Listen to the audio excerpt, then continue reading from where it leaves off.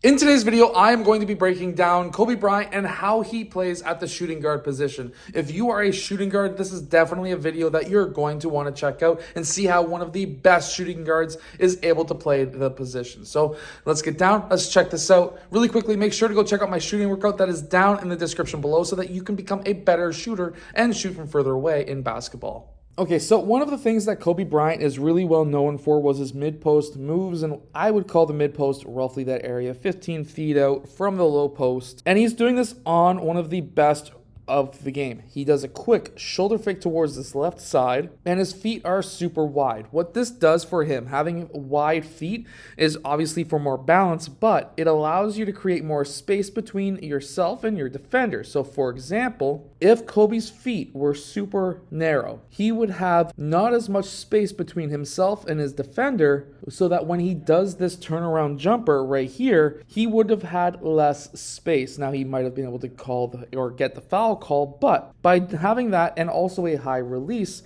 it allows him to have this turnaround jumper that's very hard to block, and he was able to do that on Michael Jordan, who really used that move himself a lot. I also want to point out right here when he gathers right at that point. So right now he takes this dribble and then he gathers and lands on 2 feet at the exact same time. Why this is actually important is because now with him being able to gather the ball on both feet, he is essentially making it so that either foot is his pivot foot because he has not established his pivot foot.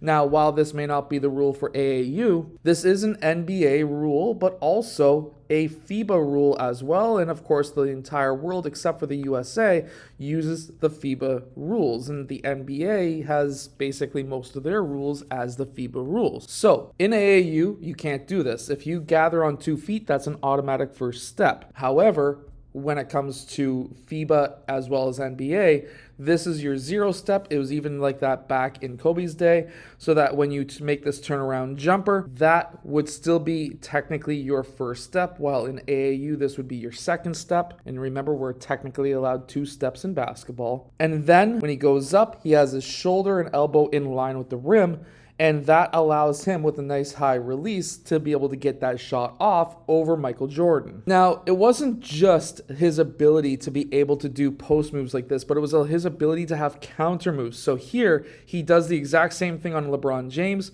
He pivots, shot fake. Now, while yes, he could have went up for that shot, he had enough space between himself and his defender. LeBron is very jump happy, which means that Kobe Bryant did his homework. He knew exactly what LeBron was going to do on certain moves because he watched a lot of game film, which is what everyone should be doing anyways. Almost everyone posts their full games online these days, so it's really easy to be able to find what other teams are about to do to you. Then he does a quick step through, and he was able to make this layup. And if you think this is a travel, it is not, because he gathers on 2, which means at this level, this is a 0 step. He pivots. This is his first step. In AAU, this would be your second step. So in AAU, you would have to shoot off of this. However, in FIBA, which is everywhere, including Canada, and at the NBA level, you can still step through because this would be your pivot foot. And then he was able to go up for his layup. So while Kobe Bryant was great in the mid post, and as a shooting guard, this is something that you need to be good at as well,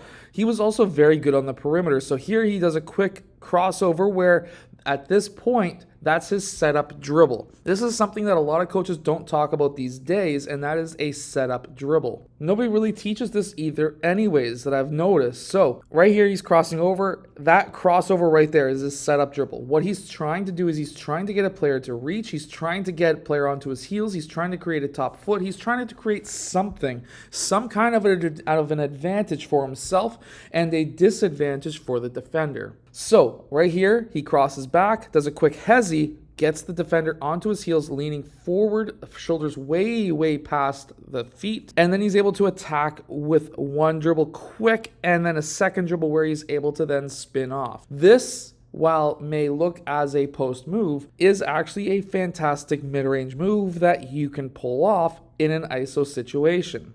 So right here, that's the setup dribble. That's to get the advantage on the defender. get the defender in a disadvantaged situation. Now, he takes that one quick crossover. He's created that top foot. One more dribble, landed on 2 off of that dribble. Always want to try and land on 2 feet if you can when you gather. That way you give yourself options and keeps the defender at a disadvantage. And then he spins off and he's able to go up for that shot. No matter what, that's unblockable. Now, this is why I always say you should learn footwork and learn post moves as a guard, because here, Kobe Bryant attacks. He's got this defender at an advantage right now because he's forcing middle. And of course, you generally would like to force middle on a player who's going to ISO, because then you can get double teams in the middle of the court. Makes it a little bit tougher for that ISO player to score. And then Kobe Bryant goes with a shot fake, but if he regularly stepped through, it would have been contested. He might have got the ball stripped, but by spinning off, just by knowing footwork in general, he was able to get that mid-range shot. Now, shooting guards in today's game, there are going to be a lot of three-point shots. There's going to be a lot of finishing at the rim with slashing. A lot of players are forgetting about the mid-range, but Kobe Bryant was a mid-range assassin. He was able to get to his spots, and remember, you have to know exactly your spots that you can score from. If you are not paying attention to your stats as to where your higher percentage shots are from, then you are not doing yourself a service. You're doing yourself a disservice, because if you don't know where your spots are, how are you going to score at a high percentage? Kobe knows where he needs to be able to get to be able to get his shot off. He knows exactly the fakes that he needs to do and the footwork that he needs to be able to get that shot off on any defender. And then right here, he gets the ball at the point, and this is a very important aspect of his game too. He's able to use footwork to be able to drive on defenders, no matter how good the defender is. That's Rondo. He's a fantastic defender. But he's able to drive, and he's able to put up this floater over top of Garnett, because he knew the footwork to be able to get past this guy. He knew exactly the spot where he needed to get to, and he was able to get his shot off. I hope that you've enjoyed today's video. If you have, hit that like button, subscribe, and I'll see you guys again next time. Make sure to go check out my shooting workout down in the description below.